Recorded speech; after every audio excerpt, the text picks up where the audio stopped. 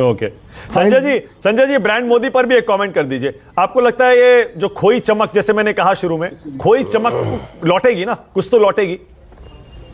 नहीं, इस हरियाणा के चुनाव के नतीजे तो ऐसा कोई संकेत नहीं देते कि कोई चमक लौटेगी, लेकिन ये भी संकेत नहीं देते कि प्रधानमंत्री नरेंद्र मोदी की पॉपुलैरिटी जो लोकसभा के चुनाव में ऐसा देखने को मिला था कि डिप की थी, 47 से 41 मामूली डिप था, तो न तो संकेत मिलते हैं कि वो डिप कर रहा है और न संकेत मिलते हैं कि वो ऊपर जा रहा है। जैसा था वैसा ही है। इन चुनाव के नतीजों से कोई ऐसे संकेत नहीं मिलते कि कहें कि भाई अचानक मोदी फिर से पॉपुलर हो गए। मतलब जैसा था, जितनी उनकी पॉपुलैरिटी 2019 या 20 के आसपास थी वैसी हो गई, ऐसा तो कोई संकेत नहीं मिलता। ओके, विनोद जी आपको भी ऐसा लगता है? जो हाल के लोकसभा चुनाव में जो एक पॉपुलैरिटी थी, जलवा तो नहीं कहेंगे आप, क्योंकि वो नीचे आ गए, वो बहुमत के आंकड़े से। संजय जी आंकड़ों के हिसाब से बात कर रहे हैं, मैं परसेप्शन के हिसाब से बात करूंगा। हाँ। परसेप्शन में निश्चित रूप से फायदा मिलेगा मोदी जी को।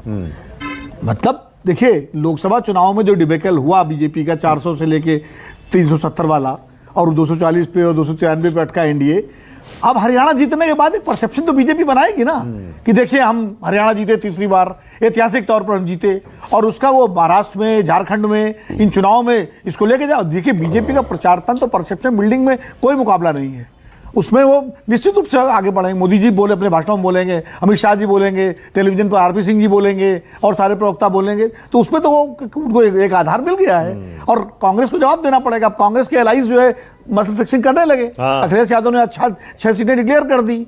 कल प्रियंका चतुर्वेदी ने बीजेपी को बधाई दी और ये भी कहा कि जहां कांग्रेस अकेले लड़ती है बीजेपी से, वहां हार जाती है। यानी संदेश साफ है कि उद्धव ठाकरे जी को आगे करिए। अगर महाराष्ट्र आज आम आदमी पार्टी ने भी कह दिया अकेले लड़ेंगे, तो कांग्रेस को तो फिर अपना इंडिया गठबंधन का घर ऑर्डर करना पड़ेगा, जो 3 राज्यों के विधानसभा चुनाव हारने के बाद हुआ था। वही स्थिति फिर आ गई। अब क्या 3 राज्यों के विधानसभा चुनाव हारने का फायदा लोकसभा चुनाव में मिला, क्या वो महाराष्ट्र और झारखंड में मिल पाएगा या नहीं मिलेगा, ये एक प्रश्न है। लेकिन बीजेपी को परसेप्शन का इसका फायदा जरूर मिलेगा, और मोदी जी की छवि को भी इसका फायदा मिलेगा। सुरेंद्र राजपूत परसेप्शन के मामले में, सुरेंद्र राजपूत नुई चाल लेगी के टेढ़ी चालेगी, टेढ़ी वो पीछे से टेढ़ी होती है थोड़ी सी। तो सुन लो मानक भाई, कांग्रेस पार्टी जैसी थी वैसी है और वैसी रहेगी, और यूं ही चल लेगी। ये भी बात सही कही आदेश ने।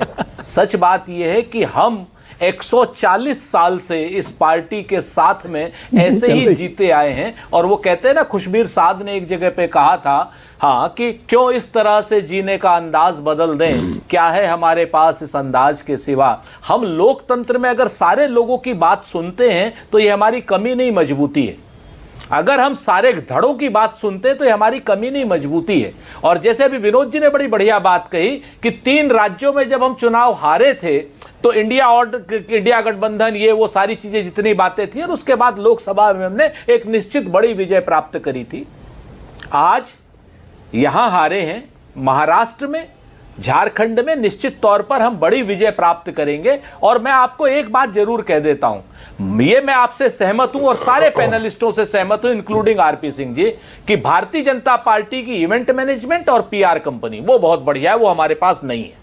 हम बहुत साफ सी कहते हैं। लेकिन हां, राहुल गांधी जब चलते हैं, सारा रास्ता नापते हैं, सब लोगों को उम्मीद रखते हैं, सब लोगों से भी उम्मीद रखते हैं। ईमानदार राजनीति की जो आदमी कोशिश कर रहा है, वो आज नहीं कल आने वाले महाराष्ट्र के चुनाव में जीतेगा। फहमीदा रियाज की बात, आदेश कुछ कहना चाह रहे हैं, और आदेश ब्रांड मोदी, ब्रांड राहुल पर आप कुछ कहना चाहते हैं?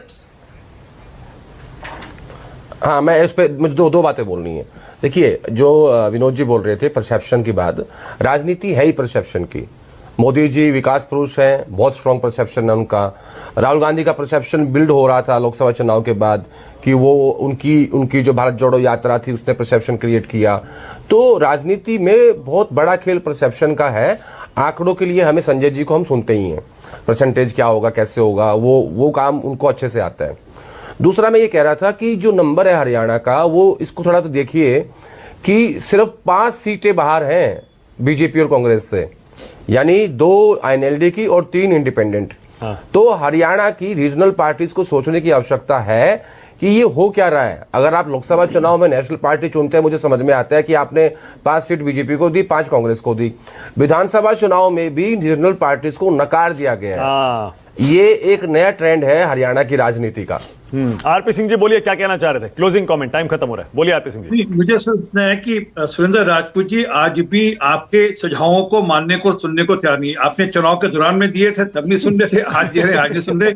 आज भी वो उसी बात पर बैठे कि नहीं हम चुनाव हारे नहीं है, हम तो चुनाव जीते हुए हैं। और दूसरा ये कि महाराष्ट्र और झारखंड हम जीतेंगे, ये जो ओवर कॉन्फिडेंस है ना, इसी नाते से इनकी एक सहयोगी पैनल वो स्पोक्स पर्सन है, वो ठोक कर क्या की थी अपनी डिबेट के अंदर, मेरा नाम बदल देना, बहन जी कहेगी मेरा नाम बदल देना। वो किसी डिबेट में आएंगे तो उनसे पूछेंगे कोई नाम बदला नहीं बदला, उन्होंने क्या किया। तो ये कहा था 20 से अगर ज्यादा सीटें बीजेपी ने नाम बदलने, ये राइडर था उस पर। तो राजपूत जी आप ऐसा कुछ मन में रखना मत, आप मत कह देना कि 10 सेकंड सुरेंद्र राजपूत, 10 सेकंड। महाराष्ट्र और झारखंड को लेकर ऐसा मत कह देना कि मेरा नाम बदल देना, तो बाद में फिर देखो तकलीफ होती है। मानक भाई एक फहमीदा रियाज ने एक जगह पे लिखा था कि अरे शेरो शायरी मत करो, जमीन पे उतरो दोस्त, ये ख्यालों की दुनिया से नीचे उतरो, समझाएंगे, जमीन कहीं और है, आप कहीं और है, जो है वो भी खो सकता है, इस राह में रहजन है इतने, कुछ और यहाँ हो सकता है, कुछ